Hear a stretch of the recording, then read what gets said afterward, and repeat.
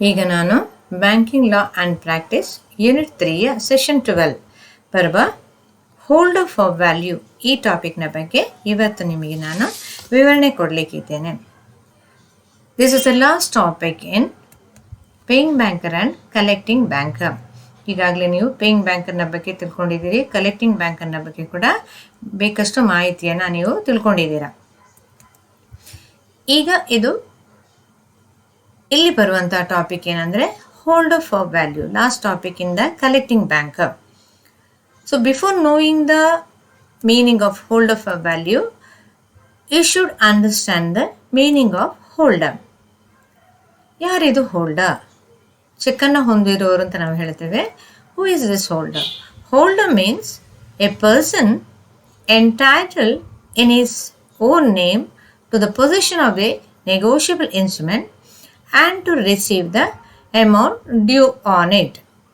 ಅಂದರೆ he is entitled to in his own name to the possession of the negotiable instrument and to receive the amount due on it. ಅವನ ಹೆಸರಲ್ಲಿ ಇರಬೇಕದು ಮತ್ತು ಅದರಲ್ಲಿರುವಂತಹ ಅಮೌಂಟನ್ನು ಪಡ್ಕೊಳ್ಳುವಂತಹ ಹಕ್ಕು ಕೂಡ ಇರಬೇಕು. Then only he is called as a holder. So to become a holder, he has to fulfill certain conditions. ಅವನು holder ಅಂತ ಅವನು ಕನ್ಸಿಡರ್ ಆಗಬೇಕಿದ್ರೆ ಅವನಿಗೆ ಕೆಲವು ಕಂಡೀಷನ್ಸ್ ಇದೆ. ಏನಿದು condition? So first condition is he should be entitled to possess the instrument in his own name. ಅವನ ಹೆಸರಲ್ಲೇ ಇರಬೇಕದು ಯಾವುದು ಪರ್ಟಿಕ್ಯುಲರ್ ಇನ್ಸ್ಟ್ರೂಮೆಂಟ್. ಎರಡನೇದೇನೆಂದರೆ he should be entitled to receive or recover the amount due thereon from the other party. ಅಂದರೆ ಅವನು ಅದನ್ನು ಪಡ್ಕೊಳ್ಳೋದು ಮಾತ್ರ ಅಲ್ಲ, ರಿಸೀವ್ ಮತ್ತು ರಿಕವರಿ ಕೂಡ ಮಾಡುವಂತಹ ಅವನಿಗೆ ಏನಿರಬೇಕು, ರೈಟ್ ಇರಬೇಕು. ಯಾರಿಂದ? ಇನ್ನೊಂದು ಪಾರ್ಟಿಯಿಂದ ಅವನಿಗೆ ಬರುವಂಥ ಅಮೌಂಟನ್ನು ಅವನು ಪಡ್ಕೊಳ್ಳುವಂತಹ ಒಂದು ಹಕ್ಕು ಏನಿದೆಯೋ ಆಗ ಮಾತ್ರ ಅವನು ಏನಾಗ್ತಾನೆ, ಹೋಲ್ಡರ್ ಆಗ್ತಾರೆ. ಒಂದು ವೇಳೆ if a person delivering negotiable instrument to somebody else, ಆ ಪರ್ಟಿಕ್ಯುಲರ್ ಇನ್ಸ್ಟ್ರೂಮೆಂಟನ್ನು ಬೇರೆಯವರಿಗೆ ಕೊಟ್ಟು ಆಮೇಲೆ ಅದರ ಮೇಲಿನ ಹಕ್ಕನ್ನು ಅವನು ಏನೋ ಕ್ಲೇಮ್ ಮಾಡುವ ಹಾಗಿಲ್ಲ, ಆಗ ಅವನು ಹೋಲ್ಡರ್ ಆಗೋದಿಲ್ಲ. ಆ ಪರ್ಟಿಕ್ಯುಲರ್ ಇನ್ಸ್ಟ್ರೂಮೆಂಟ್ನ ಹೋಲ್ಡರ್ ಅಂತ ಅವನನ್ನು ನಾವು ಕರೀಲಿಕ್ಕಾಗೋದಿಲ್ಲ. So become a holder, a person, the particular instrument should be in his own name and to receive the amount due on it. ಅದರಲ್ಲಿರುವಂಥ ಅಮೌಂಟನ್ನು ಪಡ್ಕೊಳ್ಳುವ ವ್ಯಕ್ತಿ ಕೂಡ ಅವನಾಗಿರಬೇಕು. Then only you will become the holder. So to become a holder for value, ಅದನ್ನು ಪಡ್ಕೊಳ್ಬೇಕಿದ್ರೆ, ಅದರಲ್ಲಿ ಮೌಲ್ಯವನ್ನು ಪಡ್ಕೊಳ್ಬೇಕಿದ್ರೆ ಏನೆಲ್ಲ ವಿಷಯಗಳನ್ನು ನಾವು ಗಮನದಲ್ಲಿಡಬೇಕು, ಅಥವಾ to become a holder for value what are the things to be needed. So ಅದಕ್ಕೆ ಮೊದಲು ನಾವು ಮೀನಿಂಗ್ ನೋಡುವ. Meaning of holder for value. A holder for value is a holder of, example, a bill of exchange for which the value has been given at some time. ಅದರ ಮೇಲಿರುವ ವ್ಯಾಲ್ಯೂವನ್ನು ಕೊಡಲಿಕ್ಕಿದೆ ಸ್ವಲ್ಪ ಸಮಯಗಳ ನಂತರ. However, he can only claim from persons who were parties to the bill up to the time value was last given and cannot claim a better title than out of the person from whom he took the bill. ಅಂದರೆ ಅದರಲ್ಲಿರುವ actual ಅಮೌಂಟನ್ನು ಅವನು claim ಮಾಡಬಹುದು. ಆಮೇಲೆ ಅದರಲ್ಲಿ ಏನು time ಕೊಟ್ಟಿದ್ದಾರೆ ಆ ಟೈಮ್ನೊಳಗೆ ಅವನು ಏನು ಆ ಕ್ಲೇಮನ್ನು ಮಾಡ್ಬೋದು. Then only he will become the holder for value. ಈಗ ಇಲ್ಲಿ ಈ ಥರದ ಒಂದು ಟ್ರಾನ್ಸಾಕ್ಷನ್ಸ್ಗಳು ಆಗುವಾಗ ಕಲೆಕ್ಟಿಂಗ್ ಬ್ಯಾಂಕರ್ ಏನು ಮಾಡಬೇಕು? To become a holder for value, what are the things to be remember regarding the collecting banker. ಅವನು ಏನು ಮಾಡಬೇಕಾಗ್ತದೆ ಹೋಲ್ಡರ್ ಫಾರ್ ವ್ಯಾಲ್ಯೂ ಆಗಬೇಕಿದ್ರೆ? ಸೊ ಕಸ್ಟಮರ್ನ ಪರವಾಗಿ, so the collecting banker what he will do? So he will allow the customer to draw against a cheque for collection before it is collected. ಅಂದರೆ customer holder for value ಆಗಬೇಕಿದ್ರೆ ಅವನೇನು ಮಾಡಬೇಕು? He will allow the customer to draw, ಅದನ್ನು draw ಮಾಡಲಿಕ್ಕೆ against cheque ಇನ್ನೂ ಬಂದಿರೋದಿಲ್ಲ. Cheque ಬಂದಿರ್ತದೆ but amount collect ಆಗಿರೋದಿಲ್ಲ. ಬಟ್ ಅವನಿಗೇನೋ ಒಂದು ರೈಟ್ ಏನಿದೆ collecting banker, he can allow the customer to draw against a cheque for collection before it is collect. ಅದು ಕಲೆಕ್ಟ್ ಆಗುವ ಮೊದಲೇ ಅವನದ್ದು ಅಮೌಂಟನ್ನು ಅವನಿಗೆ ಅಲೌ ಮಾಡ್ಬೋದು ಡ್ರಾ ಮಾಡಲಿಕ್ಕೆ. ಯಾರಿಗೆ? ಕಸ್ಟಮರಿಗೆ. then only you will become a holder for value. ಎರಡನೇದು ಏನು ಹೇಳ್ತಾ ಅಂದರೆ pay to the customer the amount of cheque deposited for collection before it is collected. ಠೇವಣಿ ಮಾಡುವ ಸಂದರ್ಭಗಳಲ್ಲಿ ಏನು ಮಾಡ್ಬೋದು, ಅವನು ಕಲೆಕ್ಟಿಂಗ್ ಬ್ಯಾಂಕರ್ ಅವನಿಗೆ ದುಡ್ಡನ್ನು ಕೊಡ್ಬೋದು. ಅಂದರೆ with the expectation of in the near days the cheque will be collected for collection ಅಂತ ತಿಳ್ಕೊಂಡು ಅವನು ಏನು ಮಾಡ್ಬೋದು, ಅದರಲ್ಲಿರೋ ಅಮೌಂಟನ್ನು ಕಸ್ಟಮರಿಗೆ ಕೊಡ್ಬೋದು. So he will become the hold of value.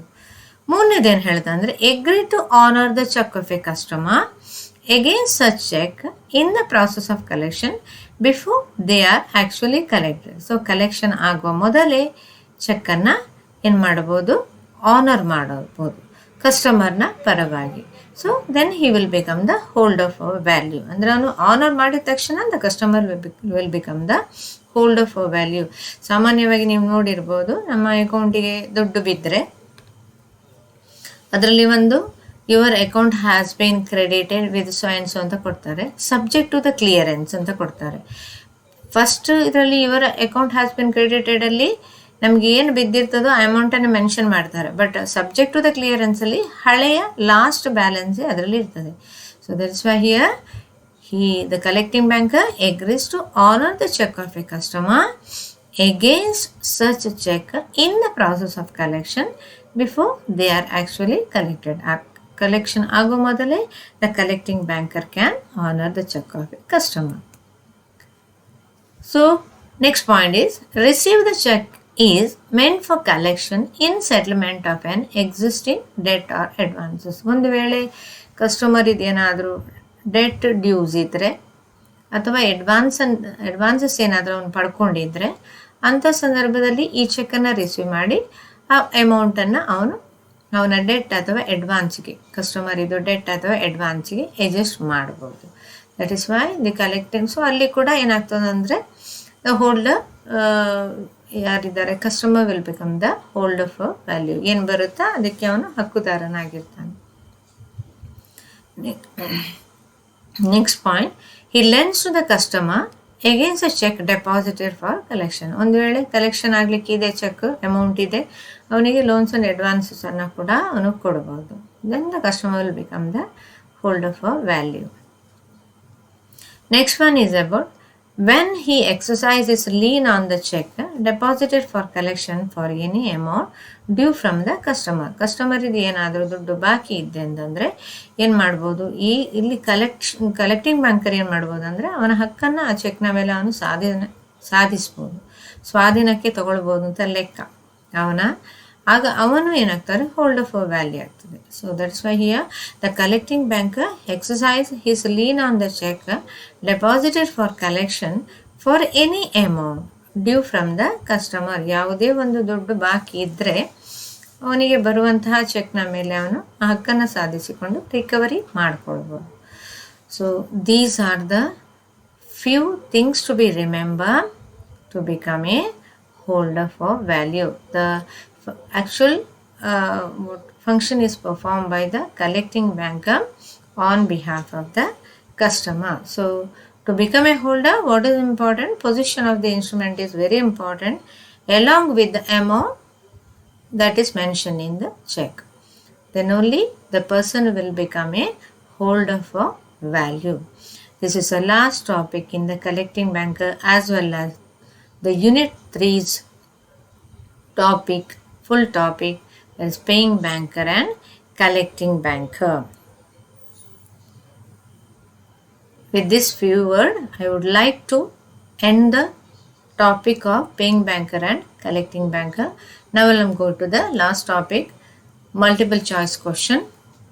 In that, EFT is introduced. First one, EFT is introduced by, EFT means electronic fund transfer, introduced by whom? IRDA, RBI, SCBI, NSE. So it is introduced by RBI only. Next one, if the endorser sign his name only, the endorsement is said to be either a blank endorsement, conditional endorsement, full endorsement, none of the above. ಈಗ ಇದರಲ್ಲಿ ಏನೂ ಇಲ್ಲ ಅಂದರೆ ಅದು blank endorsement. ಯಾವುದಾದ್ರೂ condition ಹಾಕಿದರೆ ಯಾರಿಗೆ ಕೊಡಬೇಕು ಅಂತಂದರೆ ಅದು ಕಂಡೀಷನಲ್ ಎಂಡೋರ್ಸ್ಮೆಂಟ್ ಆಗ್ತದೆ. But if the endorser sign his name only it will become a full endorsement.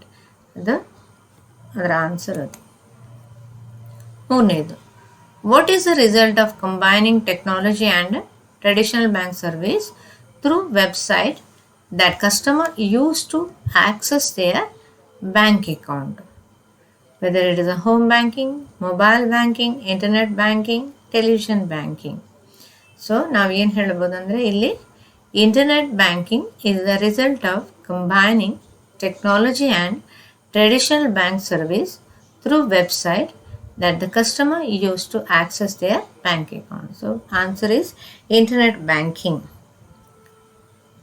Then nationalization of 14 major commercial bank in the year 1949, 1935, 1956, 1969. So first 14 major commercial bank are nationalized in the year 1969.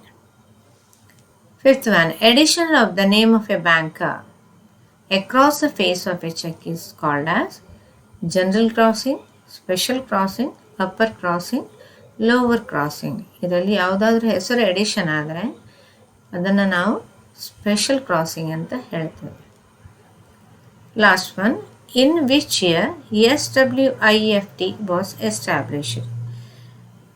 SWIFT ಅಂದರೆ society for world wide inter bank financial telecommunication ಅಂತ ಹೇಳ್ತಾರೆ. It was established in the year May 1973. This is the answer. It was established. So these are the MCQ answers. With this viewer, I would like to end the topic about holder for value and the Unit 3 topic paying banker and collecting banker. Thank you very much. Thank you one and all. And thank you listening my few words. Thank you very much. And thanks to the subject experts, content developer, chairman of CP board.